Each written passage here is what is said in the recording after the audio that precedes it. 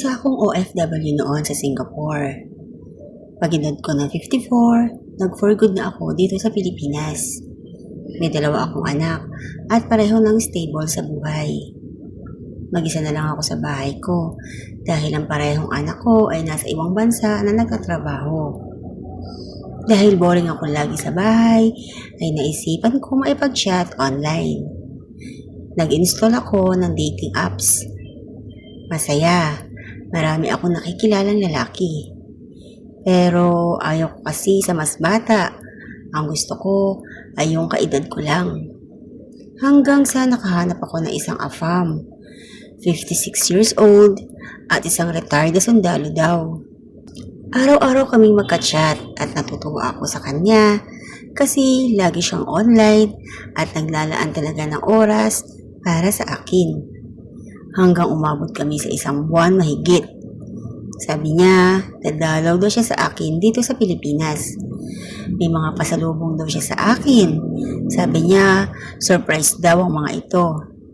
May pinakita na din siyang ticket sa akin kung anong araw siya uuwi dito sa Pilipinas. At ayun na nga, dumating ang araw na uuwi na siya dito sa Pilipinas. Ang sabi pa niya sa akin, sunduin ko daw siya sa airport. Kaya maaga pa lang ay nandun na ako. Kahit tanghali pa ang dating niya dito sa Pilipinas base sa kanyang ticket na pinakita sa akin. Siguro excited lang ako ng sobra. Maya-maya ay may natanggap akong chat galing sa kanya na na-hold daw siya sa immigration. Yung dala niyang pasalubong sa akin at kailangan daw niya ng 200,000 pesos para mailabas yung mga pasalubong niyang dala para sa akin. Sabi niya, bayaran ko daw muna yung 200,000 at ibabalik na lang daw niya sa akin kapag nagkita na kami.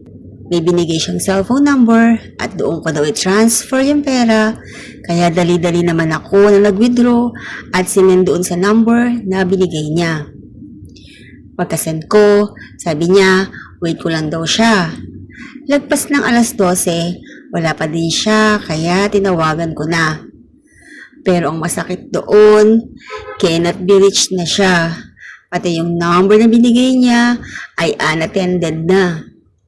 Wala na din yung account niya online sa dating apps. Umiiyak talaga ako. Bakit ganun? Na-scam ba ako? Naghahanap ako ng pulis sa airport at humingi ng tulong.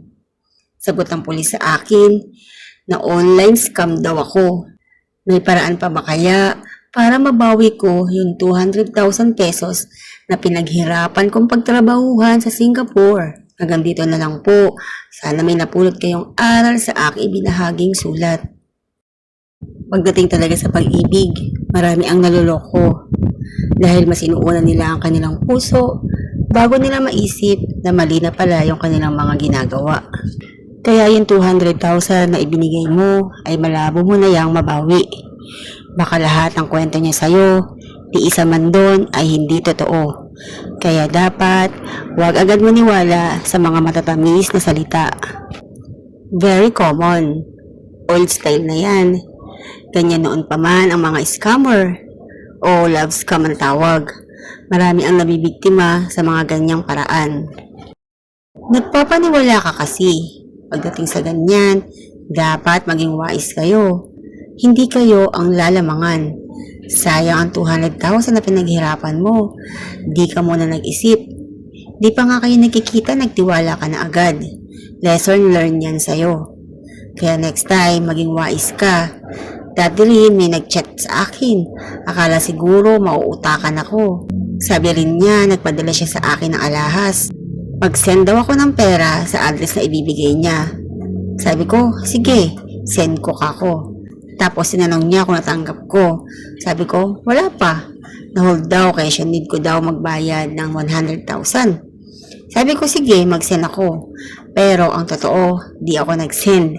Tawag ang tawag sa akin. Tapos sinabi ko, you are scammer. Mula noon, di na siya tumawag sa akin. Hindi mo na mababawi ang 200,000 mo. Saan ka maghahabol? Ni hindi mo pa nga nakikita yung mukha niya. Kahit tumingala ka sa langit, walang way para maibalik sa iyo ang pera mo. Naniniwala ka naman kasi agad sa mga AFAM na yan. Alam mo naman, hindi naman lahat ng AFAM ay mababait. Oo, meron talagang mga AFAM na tinutotoo ang mga Pilipina, pero madami din ang mga scammer. Sana maging aral ito sa iyo at sa lahat ng mga babae na naghahanap ng mga AFAM. Kapag pera na ang usapin, alam mo na scam yan. Hindi masamang sumubok, pero sana alam ninyo na pag may pera na involved, scam na yan. Pero wala ka nang magagawa kahit abulin mo. Maging aral na lang ito para sa susunod ay hindi na maulit. Naku, matagal na po ang ganyang modus. Dapat po, aware tayo sa mga ganyan. Sayang naman ng 200,000. Iiyak mo na lang yan. Magsisi ka man ay huli na. At least, isang buwan ka naman pinasaya at pinakilig ni AFAM. Yun nga lang, ang mahal ng bayad mo, 200,000.